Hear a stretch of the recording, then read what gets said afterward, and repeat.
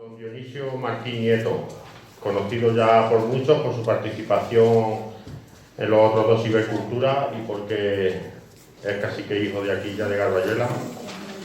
Aunque es nacido en Cáceres, es licenciado en Geografía e Historia del Arte y en Filología Románica. Profesor en el Instituto de Educación Secundaria Puerta de la Serena de Villanueva de la Serena. Es fundador y presidente de la Federación de Asociaciones Culturales de la Siberia, La Serena y Vegas Altas, SISEVA. Autor de una treintena de libros y de numerosos artículos. Sus campos de estudio son la Orden de Alcántara y los personajes relacionados con Extremadura. Tiene en su haber varios premios, entre ellos el CEDER La Serena en 2000 y 2006. También fue candidato a la Medalla de Extremadura en 2019. Recientemente ha sido nombrado académico de la Real Academia de Extremadura de las Letras y las Artes. Hoy nos llevará hasta Garbayuela de 1791. Quedaros con esta fecha, 1791.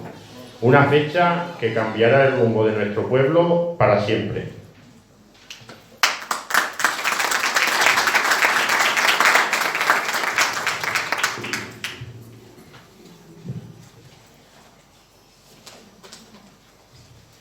Muchas gracias, Juan Alfredo.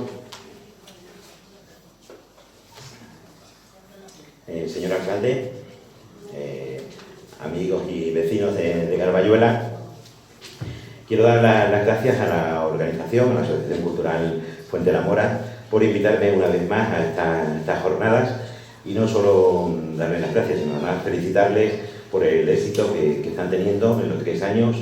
Ayer tuvimos la sala completa. Y algo que también me congratula como persona relacionada con la organización de jornadas es la presencia de gente joven y de gente joven que también participa, ¿no? desde la mesa. Entonces fue un placer ayer escuchar a Julián y que se incorpore la gente joven del pueblo. Creo que es algo fundamental, ¿no? Para que las raíces no se pierdan y se haga esa cadena de transmisión entre las generaciones. Entonces, seguir luchando por ello y os felicito por el éxito que tenéis. Bueno, pues vamos a quedarnos en esa fecha que decía Juan Alfredo. Quédense con esa fecha, 6 de junio de 1791. Es fácil, ¿se acuerdan de la canción de los Sanfermines? 1 de enero, 2 de febrero, pues el 6 de junio nos toca a nosotros, 6 de junio de 1791. Ayer Germán, que no sé si está por ahí hoy, ayer Germán me daba una copia de esa estampa de la Virgen de Guadalupe, que tiene la original, y curiosamente la fecha de este grabado es de 1791. Todas las cosas acaban coincidiendo. ¿Qué representa esta fecha? Pues representa la independencia de Garbayuela con respecto a Puebla de Alcocer. Hasta entonces era un lugar dependiente del Vizcondado de la Puebla de Alcocer, más exactamente de la villa de la Puebla de Alcocer. Y en esta fecha es cuando se hace Villa de por sí, con el título de Villa, 6 de junio de 1791. No se lo olvida nadie ya, ¿no? Como todo en la vida requiere esfuerzo y suerte, y las investigaciones también. No recuerdo bien si fue por el otoño del año pasado o antes, Ángel María, que me va a suceder en esta mesa después, me preguntaba que si yo sabía cuándo se había hecho Villa en Garbayuela. Se le había preguntado, no sé si Ángel Luis o Juan Alfredo, y yo le contesté que ni idea, no tenía ni idea. Lo que buscamos fue el interrogatorio de la audiencia, que ayer citó don Luis, y en el interrogatorio de la audiencia de 1791, pues decía que era lugar. Luego ya en el siguiente interrogatorio, que es de 1829, ya aparecía con el título de Villa, ¿no? Entonces, lo teníamos acotado en esa fecha entre 1791 y 1829. Bueno, la suerte, ¿no? En la Nochebuena del año pasado, en la última Nochebuena, mi hermano, en la cena familiar, pues mi hermano me trajo este libro que se lo había dado su autor para mí, José Miguel de Mayoralgo, conde de los Acevedos, compañero también en la Academia de Extremadura. Luego vamos a tener otra compañera de la Academia de Extremadura, que es Sophie Gillot. Y en la mañana de Navidad, mientras Rosario se duchaba, pues estuve hojeando el libro, ¿no? Cuando me veo la sorpresa, no es un libro evidentemente de lectura, es un libro de datos. Y hojeándolo, me encuentro que venía el privilegio de villazgo de Garbayuela. La sorpresa pues fue monumental y lo tomé como un regalo de Navidad. Había que esforzarse, es decir, la suerte la habíamos tenido ya. Ahora venía la parte del esfuerzo. El esfuerzo pues fue inmediatamente pues, buscar dónde podía estar esa documentación. Lo que él citaba era simplemente, en ese libro solo citaba la fecha y poco más.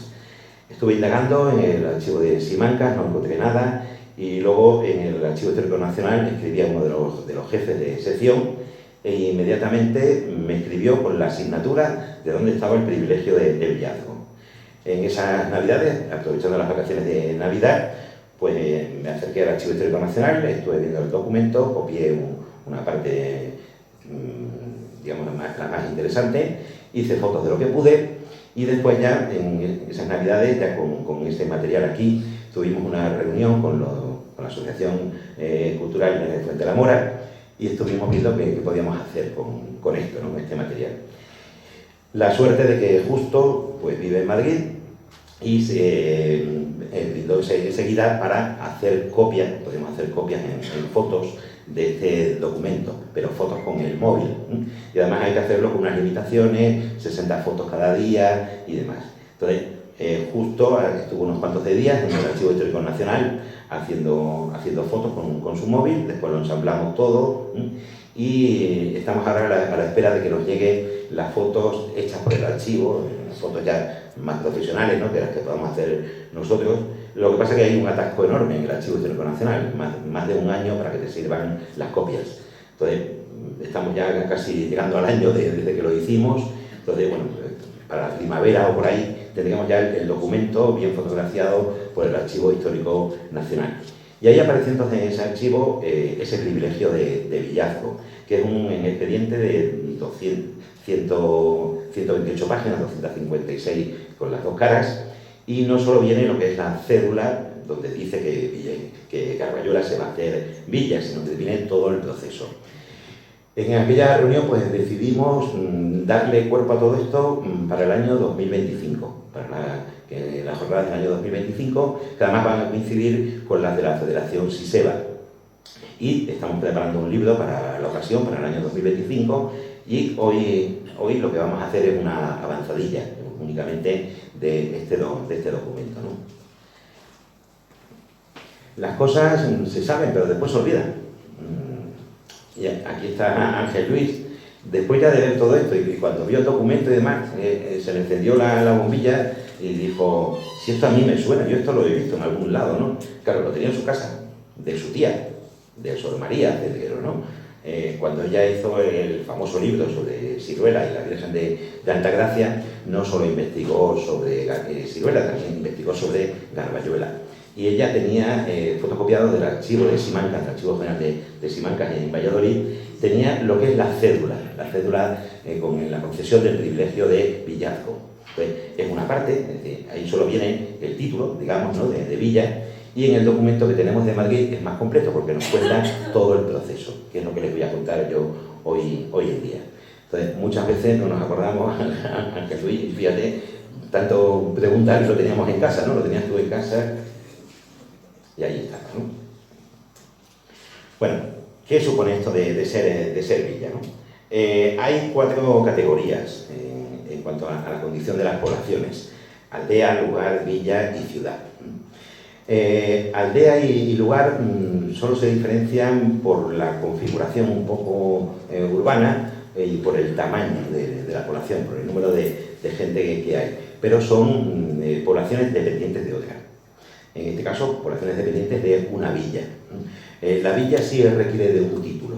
Hay que tener la concesión del título de villa, igual que el título de ciudad. No hay título de lugar, no hay título de aldea, como tal.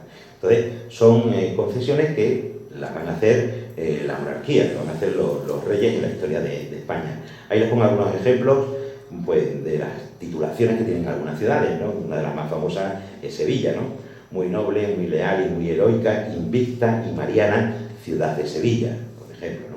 O tienen ahí alguna villa, por ejemplo, muy noble y muy leal, suele ser lo normal, Villa de Torrox, por ejemplo, ¿no? ¿Cómo se hacía esto?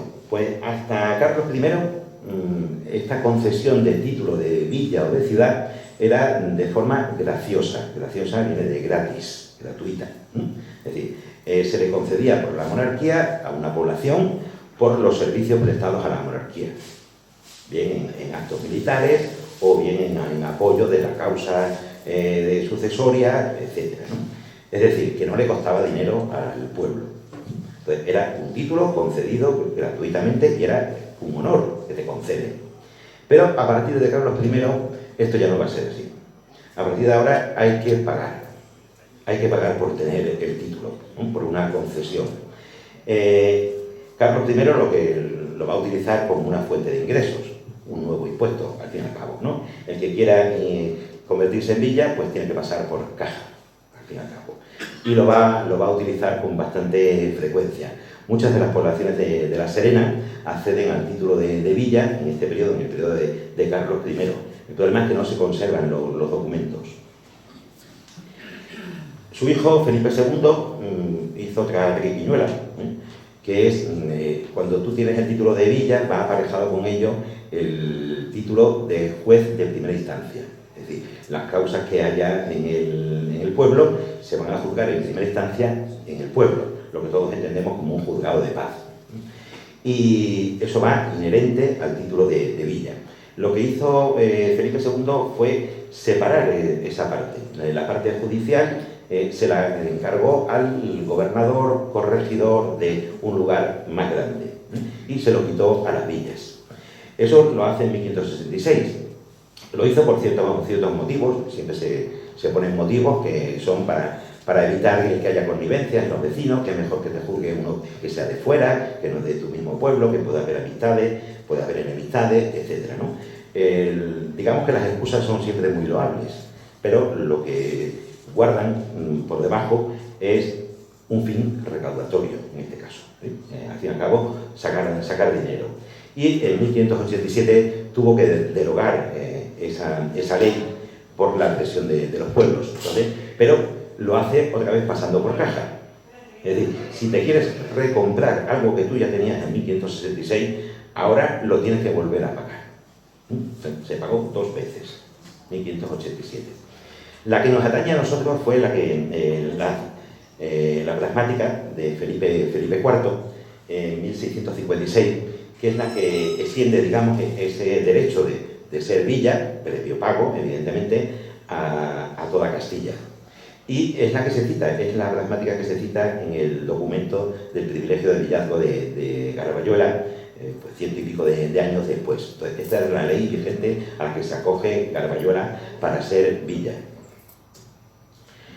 Luego, muchas veces las poblaciones crecen, evidentemente no, y muchas veces pues, no es suficiente, ¿no? con ser villa, ¿no? Queremos más pedigrí, y el pedigrí va a ser ciudad. Eso se va a hacer en la época de Isabel II, donde volvemos a ver cómo muchas poblaciones se convierten en ciudades previo pago, siempre previo pago. Y es el caso de las 2 ciudades que yo tengo más cerca, de donde vivo, Villanueva de la Serena o Don Benito, que las dos se hacen ciudad en 1856. Bueno, eso es, digamos, para que entiendan un poco cómo es este proceso y que es siempre pagando, desde Carlos I. Pero vamos a ver cómo fue este proceso de concesión a Garbayuela del título de villa independiente de la de Puebla de Alcocer. Estamos en un señorío. Toda esta zona pertenecía al vizcondado de la Puebla de Alcocer, a su vez dependiente del ducado de Béjar, y en estas fechas el ducado de Béjar está asumido por el ducado de Osuna, por los duques de Osuna. Entonces, para solicitar al rey esta concesión del título de villa, previamente había que solicitarle permiso a la señora que mandaba aquí, que tenía la jurisdicción. En ese momento la duquesa de Osuna y Béjar era pues, una mujer muy importante en la historia. Ahí la tiene representada por Goya, muy amiga de Goya, estuvo Goya pintando para toda la familia, doña María Josefa Alfonso Pimentel y Tellez Girón. El ayuntamiento de aquí, de Garbayuela, solicita el permiso a la duquesa de Osuna de Béjar, señora vizcondesa de la Puebla de Alcocer, y la duquesa da su beneplácito en esa fecha de 27 de marzo de 1787. Está de acuerdo con que Garbayuela pida al rey convertirse en villa. En ese momento era rey Carlos III, el famoso Carlos III de la Puerta de Alcalá y demás. Hubo un compromiso por parte del ayuntamiento, el compromiso era que iban a pagar, que lo iban a pagar y con las condiciones con las que lo iban a pagar. Y se hace ese compromiso del ayuntamiento en 12 de mayo de 1788 y empieza el proceso administrativo, digamos.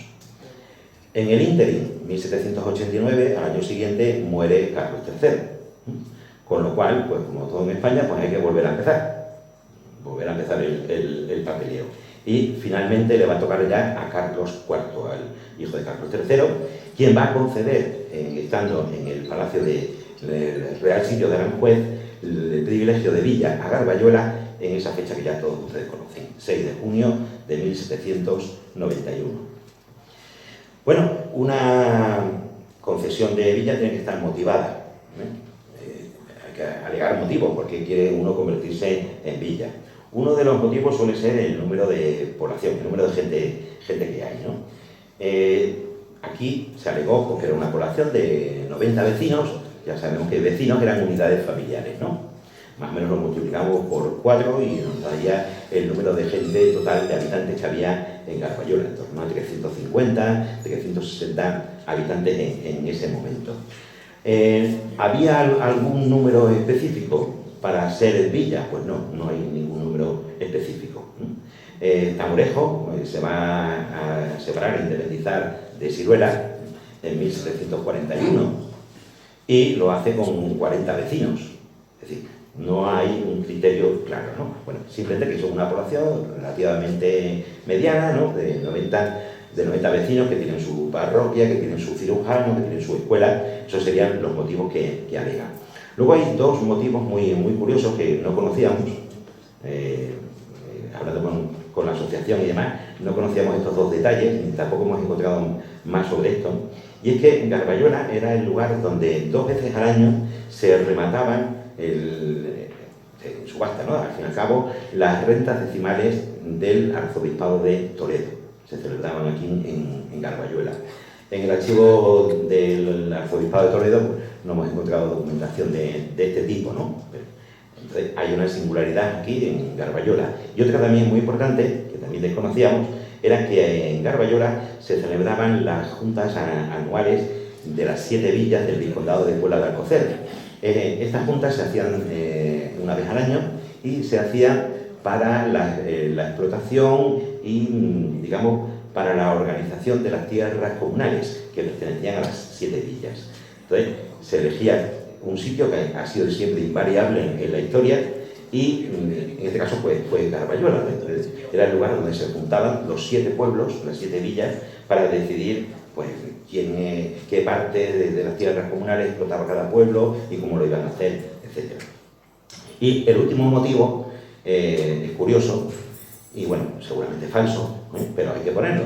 Es decir, cuando tú te quieres independizar de alguien, tienes que incidir en que te llevas mal con ellos. No hace falta que les miente el España nos roba, ¿no? De Puyol, evidentemente, ¿no? Entonces, Garbayuela lo que alega es que estaba esclavizada por Puebla de Alcocer, que les trataban muy mal, que maltrataban a los vecinos de Garbayuela. Y ahí tienen una cita literal que cuando la gente de Puebla de Alcocer veía florecer a un vecino, dice, apenas ve florecer un vecino de Garbayuela cuando nunca le falta causa para aniquilarle. Es decir, que nos llevamos muy mal, ¿no? Por decirle con Puebla de Alcocer. Fuera verdad o fuera mentira, pero bueno, había que ponerlo, era la excusa, al fin y al cabo, ¿no? Bueno, pues esos son los motivos, las alegaciones que hace para que se le conceda. Vamos a pasar por caja. Y por caja, esto sí estaba establecido.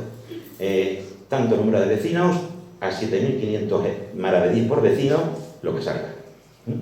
Entonces hay que hacer un recuento de vecinos, cuántos vecinos hay, y se recontaron en un primer momento 93 vecinos. 93 vecinos por 7.500, pues nos toca pagar 697.500 maravedís. Eso es lo que le tocaba pagar a Garbayuela. Como estas cosas son de cobrar, pues evidentemente hay que hacer una verificación, porque esto es lo que declaran los de aquí. Se hace esa verificación después y resulta que no eran 93, que eran 104 vecinos y medio. 104 vecinos y medio, porque las viudas contabilizan medio, etcétera, ¿no? Y claro, el título ya está concedido con, digamos, con 93 vecinos. Entonces, ahora hay que hacer un suplemento, ¿no? Un pago suplementario, y la cantidad ya se eleva a 783.750 maravedíes. Eso es lo que tuvo que pagar y se establecen en cuotas de 15 años, perpetuas. No sé, alcalde, si está pagando algo todavía. Faltaría más, ¿no? Otra más, ¿no? ¿Y eso cuánto dinero es aproximadamente actualmente? Pues no te sabría decir muy bien, pero casi se establecería en la cantidad de euros. 795.000 euros. ¿En cuánto es el presupuesto de Garbayuela? Menos de eso. Menos de eso. Pues eso sería más o menos lo que había que pagar, ¿no? Bueno, ¿qué significa para Garbayuela ser villa independiente, ¿no? Pues ahí tenemos los 4 hechos fundamentales. Uno, que tiene una jurisdicción civil y criminal propia. Es villa de por sí y puede juzgar, en la cuestión judicial, puede juzgar los hechos en primera instancia. Normalmente son peleas entre vecinos y digamos, dictar una sentencia que después puede ser apelada ante instancias superiores. Puede nombrar a los oficiales de concejo. No quiere decir que no los tuviera, ya los tenía de antes, ya tenía oficiales de concejo. Pero ahora ya son oficiales no dependientes. Donde hay pedanías, pues todos lo sabemos, ¿no? Es decir, hay alcaldes pedáneos, evidentemente, ¿no? Peloche, por ejemplo, de Herrera del Duque, ¿no? Pero depende al fin y al cabo de Herrera del Duque. Entonces, eso era lo que pasaba aquí. Ahora no, ahora los oficiales de concejo son propios de aquí. Entonces, tiene derecho a nombrar a 2 alcaldes, se hacía uno por el estado noble y otro por el estado llano, 2 regidores, también uno por cada estado, 2 alcaldes de la hermandad, que eran los que vigilaban los campos y demás, procurador síndico general, alguacil y escribano. También les permitía señalar, deslindar y amojonar el término municipal, que no era suyo propio, era de la escuela de Alcocer. Y se levantaban las insignias de que era villa. Las insignias eran normalmente la horca y la picota, que se colocaban a la entrada y a la salida de la población. Para que cualquiera que llegara, pues, al ver la horca, ya sabía que eso era una villa, ¿no? Y que ahí se podía aplicar la justicia de por sí. Eso es lo que significaba a Garbayuela ser villa. Los oficiales de concejo que estaban en ese momento van a ser reelegidos. Ahora, cuando veamos seguidamente el acto de posesión. Y son, digamos, renovados o reelegidos los que antes estaban, más otros cargos que no tenían, por no ser villa, que van a ser nombrados. Y ahí tenemos, pues, las personas que van a formar ese primer ayuntamiento independiente de Garbayuela con respecto a la escuela de Alcocer. Ayer lo citaba don Luis en el interrogatorio de la audiencia. Los alcaldes eran Antonio Barba y Antonio Muñoz Camacho. Aquí no había separación de estados porque solo había 2 nobles en el pueblo. Eran Fernando Eusebio Cabanillas, familia Cabanilla, el padre de Fray Zenón, todos conoceremos, y los 10 Madroñero. Eran las 2 únicas familias que tenían título de nobleza. Los demás no. Entonces, cuando se elegían a los cargos por el estado noble, claro, eran solo 2, siempre iban a estar los mismos en el ayuntamiento, ¿no? Entonces, no se hacía de esa manera, es decir, tenía que pasar tiempo para que volvieran a repetir, con lo cual una persona del pueblo tenía el título de alcalde por el estado noble, por el primer voto, representaba a los nobles en ese sentido, pero no era noble. Entonces, es el caso de Antonio Barba. Entonces, es alcalde por el estado noble, pero no era noble. Y lo mismo va a pasar con los 2 regidores. Los 2 regidores serían los 2 concejales, para que nos entendamos, ¿no? Era Pedro Martín Luengo y José Gómez Serrano. Pedro Martín Luengo era el del estado noble, que tampoco era noble. Era el antepasado de la abuela paterna de mi mujer, de Rosario, y de mi cuñada Cruz. El antepasado de Cruz, Luengo Milara, vuestra abuela. Pero no era noble, pero actuaba por el Estado noble, con el primer voto.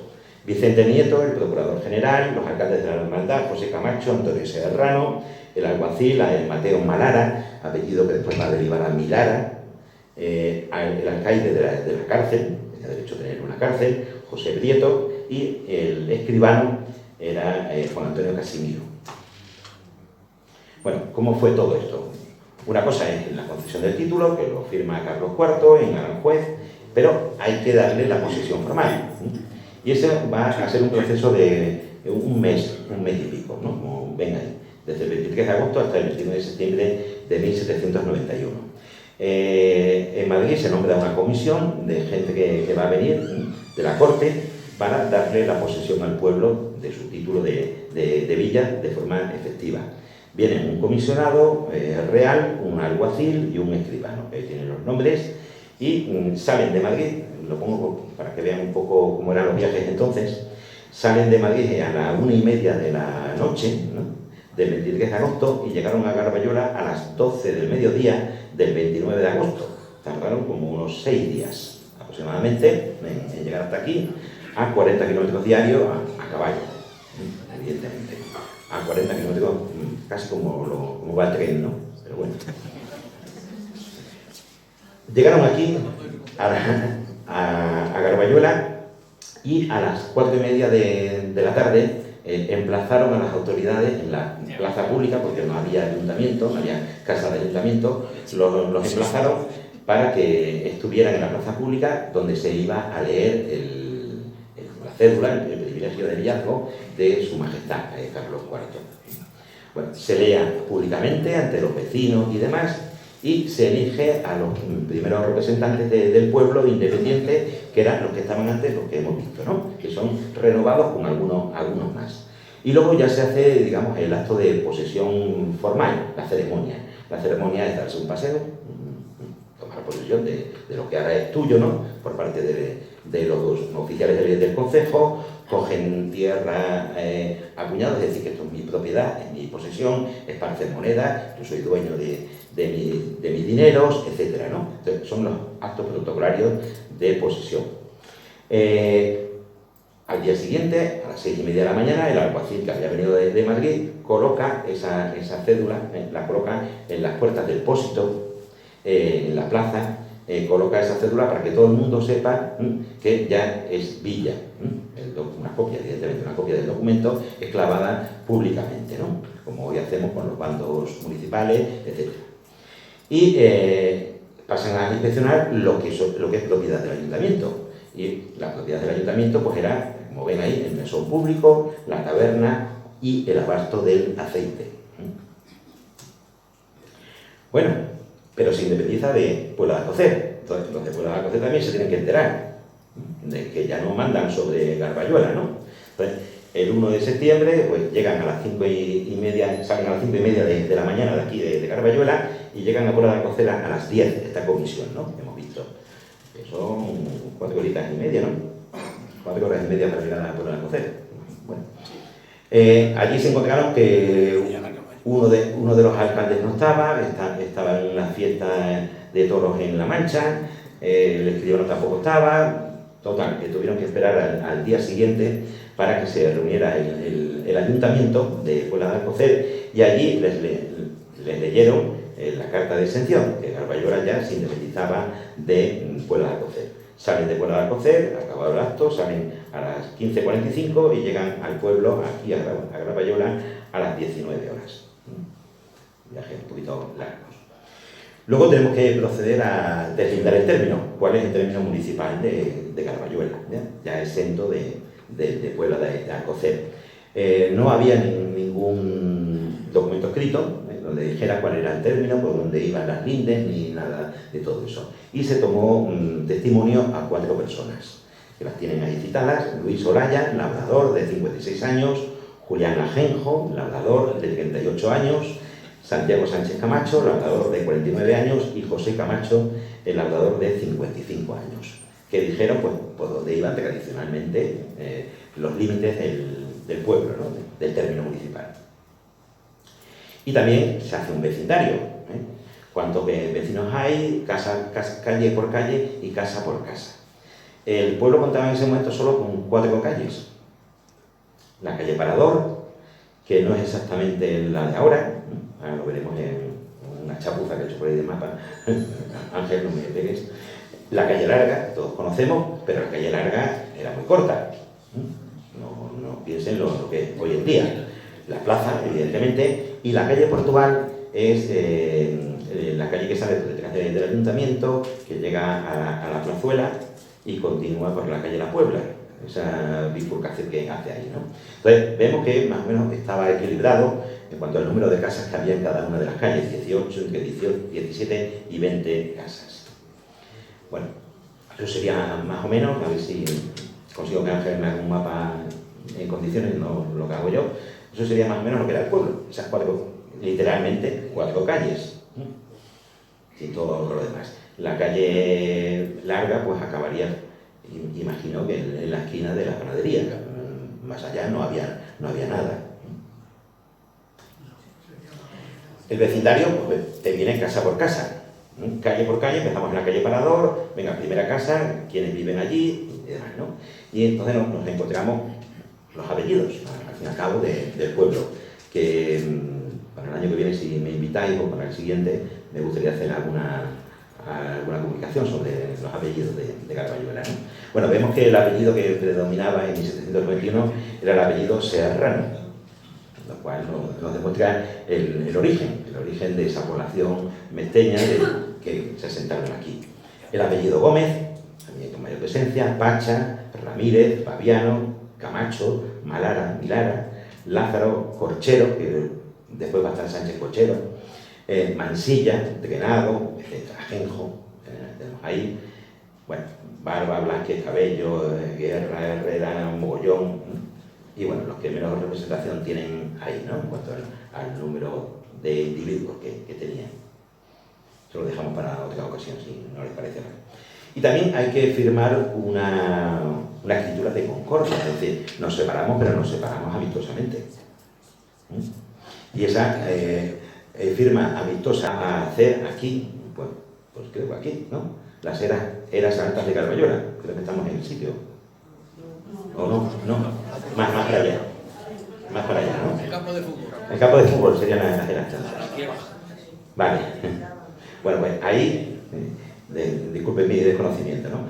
Ahí es donde se firma esa concordia entre Garbayuela y Puebla de Alcocer. Viene en el documento, vienen los términos que se establecen. Bueno.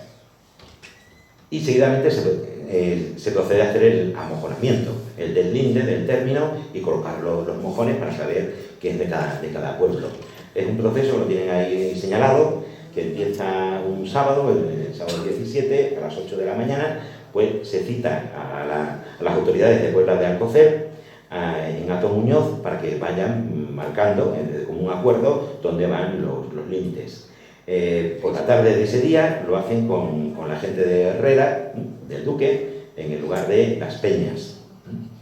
Al día siguiente era domingo, se suspende, y el lunes se reanuda el amojonamiento en Fuenlabrada a las 6 de la mañana, quedan en el Boquerón, a las 6:30 quedan con los de Tamurejo, allí en el mismo sitio, en el Boquerón, y a las 7 de la mañana quedan con los de Ciruela. Se me habéis perdido otra vez, los de Ciruela. A las 7 quedan en el Guadalimar para establecer esos límites. Solo una pequeña curiosidad. De los demás pueblos acuden dos personas comisionadas para ser testigos de dónde va el deslinde, ¿no? De Ciruela no sé qué os pasaba, pero fueron 8 o 9. No sé si es que no fiaba ahí, o que siempre que salís a algún sitio salís en el grupo, que también, ¿no? Bueno, curiosidad. Bueno, se establecen los mojones, son 39 mojones, ¿no?, que delimitan el término municipal. Y, por último, también queda el traspaso judicial. Es decir, todas las causas que hay pendientes en el juzgado de Puebla de Alcocer ahora tienen que ser juzgadas por los alcaldes de Garbayuela. Entonces, la documentación tiene que ser transferida. Entonces, es el traspaso judicial. Las causas que estaban abiertas en ese momento pues son traídas para que lo juzguen los alcaldes de la Puebla.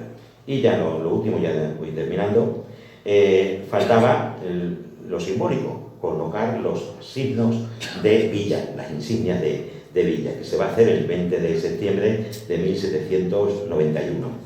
Ahí tienen unos dibujitos más o menos de lo que sería aquí. Sería pues la horca y la picota, ¿no? Muchas veces vemos las famosas picotas, los rollos y demás, hechos con materiales no perecederos, ¿no? Con piedras, granitos y demás. Aquí no fue tan lujoso, fue de madera, fue todo de madera, como muchas poblaciones, ¿no? Y bueno, pues se hace la horca, simplemente 3 palos y una soga para ahorcar a que fuera, ¿no? La horca y la picota, que son pues, un poste de madera donde se colocan unos ganchos, un tipo de garfias, ¿no? Al fin y al cabo, esa es la picota. Y nos dice la documentación que la horca estaba a la salida del pueblo, en el camino a la Puebla, en lo alto de un cerro cuesta, y la distancia que dice pues sería más o menos unos 700 metros. Creo, por lo que hemos hablado entre nosotros, estaría más o menos hacia la salida de la carretera de Siruela, por la calle La Puebla. Por ahí estaría, o un poquito más lejos, ahí estaría la horca. Y la picota, que ayer lo mencionaba don Luis, pues estaría en la calle Larga, a la salida, dice, de la calle Larga, en el camino a Fuenlabrada, frente a la ermita de San Sebastián. No sabemos dónde estaba la ermita de San Sebastián. Don Luis es de la misma opinión que Isidoro y demás, que estaría en la zona pues, de la Plaza de Toros, hacia el parquecillo por ahí, porque son las viñas del Santo, ¿no? Sí. Y demás, ¿no? Pues podrían ser por ahí, pero es que hablan muchas veces como si estuvieran muy inmediatos. Claro, la calle Larga no existía, como la entendemos hoy en día, ¿no? Entonces, desde Panadería hasta la Plaza de Toros, en algún lugar por ahí estaría la ermita de San Sebastián, ¿no? Que en esta fecha de 1791 estaba ya prácticamente arruinada. Se encarga es mayordomo de la ermita Fernando Eusebio Cabanillas, el padre de Fray Zenón, que lo que dice es que se va a hacer cargo de costear la restauración de la ermita, ¿no? Pero después su mujer se pone mala y demás y tal, toda que al final no se hace y la ermita pues queda arruinada y no volvemos a saber nada más de esa ermita de San Sebastián. Y ya terminamos. El 21 de septiembre, a las 2:30 de la tarde, los comisionados reales salen de Garbayuela, llegan a Madrid a las 12:30 del día 29, ahí tenemos esos 8 días prácticamente de viaje de vuelta, llegan a Madrid el 29 de septiembre de 1791 y con eso pues se ha terminado el proceso y Garbayuela es villa independiente desde el 6 de junio por título oficial de Carlos IV de 1791. Muchas gracias.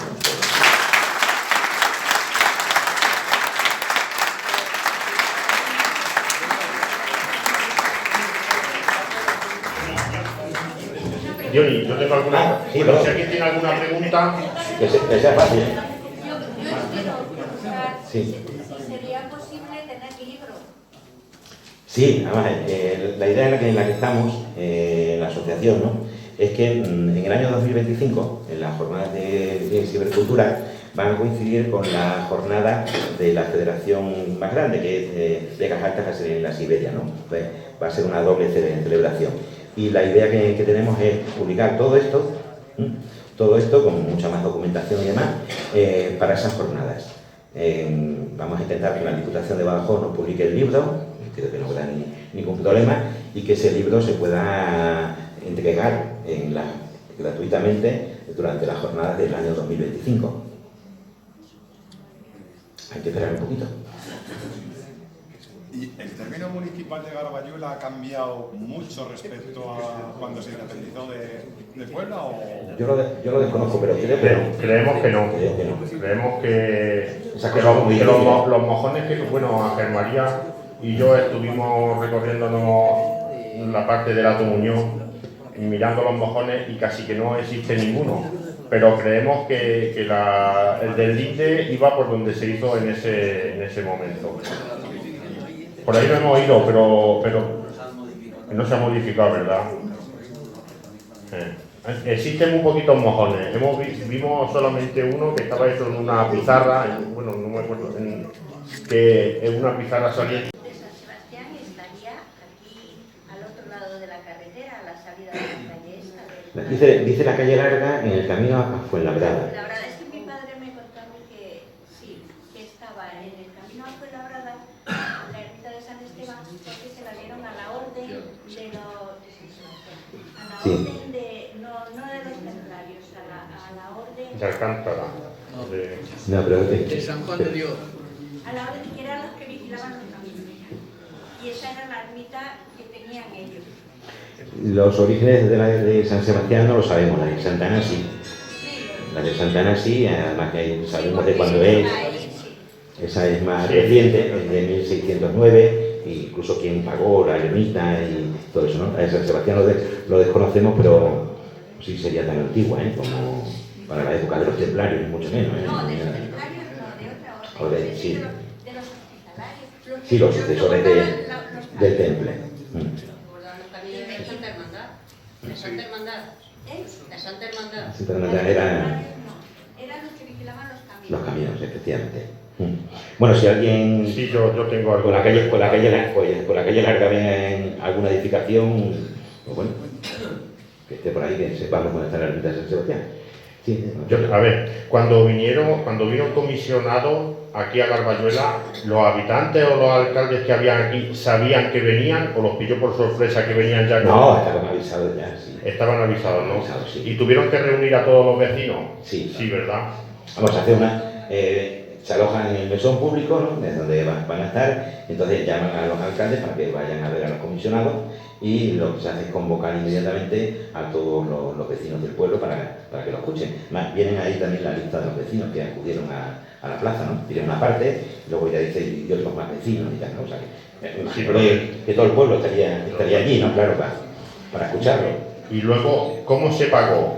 Es decir, el ayuntamiento se tuvo que inventar algún impuesto nuevo o cada vecino tenía que aportar su parte de los maravedíes que tenían que pagar o cómo se pagaba eso. El ayuntamiento se comprometía a que no lo iba a pagar de sus propios, es decir, que no lo iba a sacar de su cuento, al fin y al cabo. Y se establece, hay que hacer un pago al principio que va a llegar hasta 1795.